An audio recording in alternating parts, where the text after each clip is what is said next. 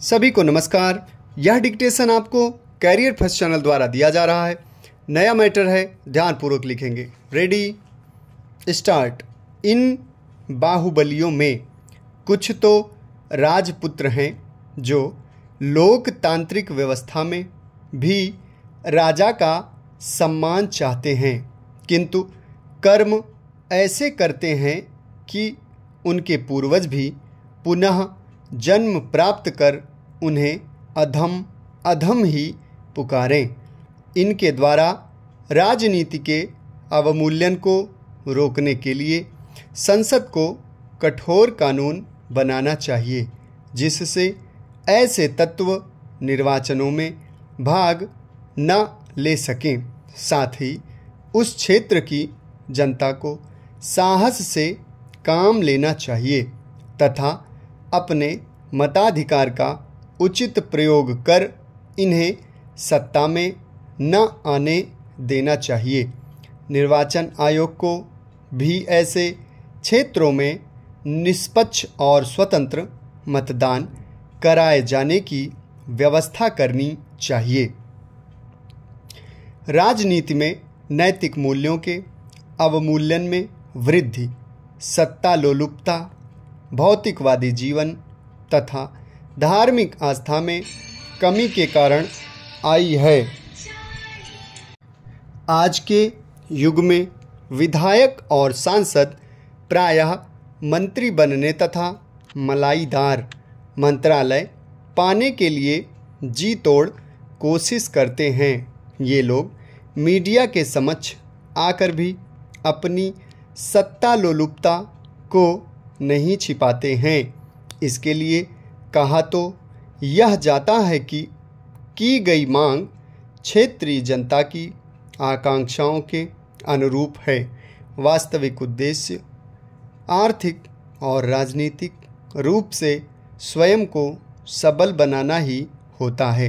समाज में भौतिकवाद के प्रति बढ़ती रुझान ने उपभोक्ता संस्कृति को जन्म दिया है, जिससे लोगों का खर्च बढ़ा है। उद्योगपति और व्यापारी अनैतिक और अनुचित उपायों का सहारा लेकर अत्यंत धनी बन जाते हैं। वे अपने आर्थिक साम्राज्य की रक्षा एवं समृद्धि के लिए मंत्रियों और अधिकारियों को धन का प्रलोभन देकर अपने पक्ष में कर लेते हैं। इस प्रकार पद प्राप्त कर लेना ही इस बात की गारंटी है कि पिछले दरवाजे से धन आएगा।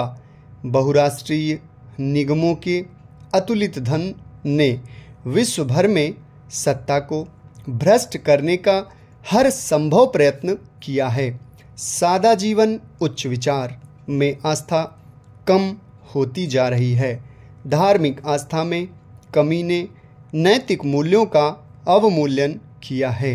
खंडित जनादेश की स्थिति में छोटे छोटे दलों के चुने या निर्दलीय सदस्य मंत्री पद लेकर ही समर्थन देने को तैयार होते हैं। संविधान संशोधन द्वारा अब मंत्रियों की अधिकतम संख्या भले ही तय हो गई है, किंतु आत्मानुशासन द्वारा ही इस समस्या से छुटकारा पाया जा सकता है। आधुनिक समाज और सामाजिक चिंतन राजनीति द्वारा प्रभावित ही नहीं हैं, बल्कि राजनीति प्रधान भी बन गए हैं। अतः सामाजिक मूल्यहीनता का मूल है राजनीति का मूल्यहीन हो जाना।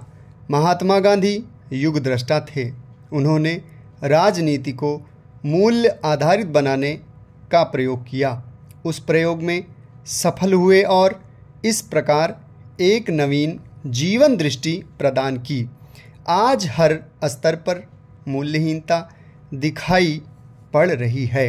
समाज का हर वर्ग इस पीड़ा से त्रस्त है।